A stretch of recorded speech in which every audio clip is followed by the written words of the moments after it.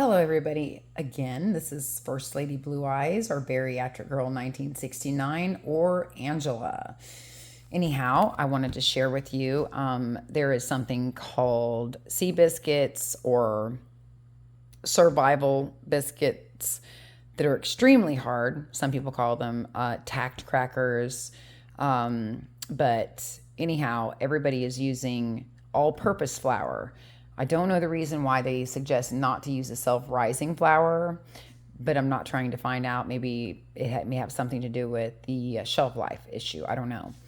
But I did come across something on the internet saying that you could use the 100% whole grain wheat flour, which I chose this because since you all know I'm a bariatric patient, you see here there's protein content in here, which is a very good thing for me.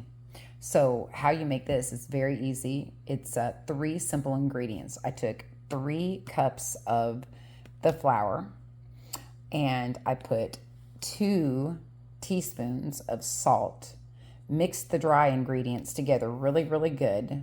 And then I added 1 cup of water and I used distilled water is what I used. Then I mixed it together, and then I don't have a rolling pin. So what does that lead you to do? You have to do it yourself. So, I dusted the countertop with more of the wheat flour, just a little bit, and it actually came together pretty good. And then I mashed it down and all to about maybe a half an inch thick, maybe a little less.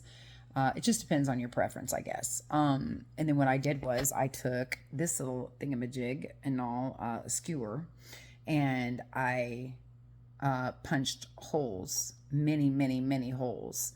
After I cut the dough with a pizza cutter, and I made it in several pieces, not just 9. Some people, just do 9 pieces.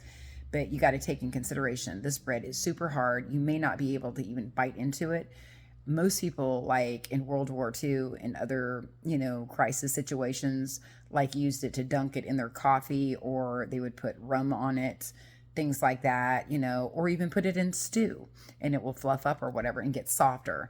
But it's all about, getting calories and protein and stuff, especially in an emergency situation. So I'm going to show you mine. Excuse my stove here. How you want to put your oven on 350 like I did. And then what you do is you put it in your oven for 30 minutes at 350. Uh-oh, hold on. It's like that. There we go. There we go. You see what that looks like there? And like little thick crackers. So with that being said, then you take it out of the oven, leave the oven on 350, wait 20 minutes, let it sit outside of the oven, and then you put it back into the oven for 1 more hour. Okay, so basically your whole cook time is 1.5 hours. I'll just say 2 hours because I'm counting the 20 minutes that it sits on your stove. So anyhow, and then you can store them. Like what I'm going to do is they'll last for years and years and years. Just make sure that it's completely sealed. You can either vacuum pack it and all with fresh packs, which I have that too, or you can put it in a mason jar. And these are bigger. These are the quart size ones.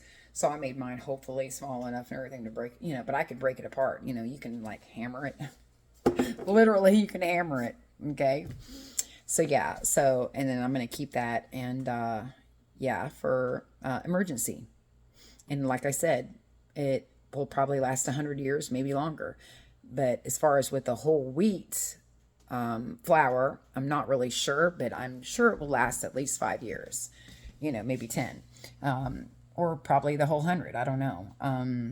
But I know with the all-purpose flour, they say 100 years for sure. And I would not recommend putting any seasonings or flavorings in it at all, because I have read that can and will cause a different shelf life issue. So it will not last as long because there's no telling how those ingredients are going to blend in with the freshness of keeping it shelf stable. So I would be more concerned, and I would do it exactly like it says to do, just because if you have children or whatever, or elderly people, just anything and all, you wouldn't want anybody to get sick off of it. And then should, you know, things happen and all that everybody's talking about in the media these days and on here and other sites as well, and you're not able to get to the hospital to get treated, that poses another issue. So do it the way it states to do it and make sure you do it correctly. I am not a licensed professional or anything like that, but it's a no-brainer. Use your best judgment of what you think. But anyhow, I hope you enjoyed this video. Please support me by liking and subscribing to my page. And if you even want to send a donation, my Cash App is also on my page. I also have a TikTok shop where I try different products and stuff that are great products, by the way. And yeah, and if you'd like me to do a video for you making something or whatever, I'll do that. Yeah, so anyhow, feel free to leave comments or whatever. Please be respectful too. I know I don't look the best today or whatever, but I'm having a good day. I'm just really busy. Lots of projects. Okay, you guys have an awesome day, and I hope to talk to you guys soon. Bye.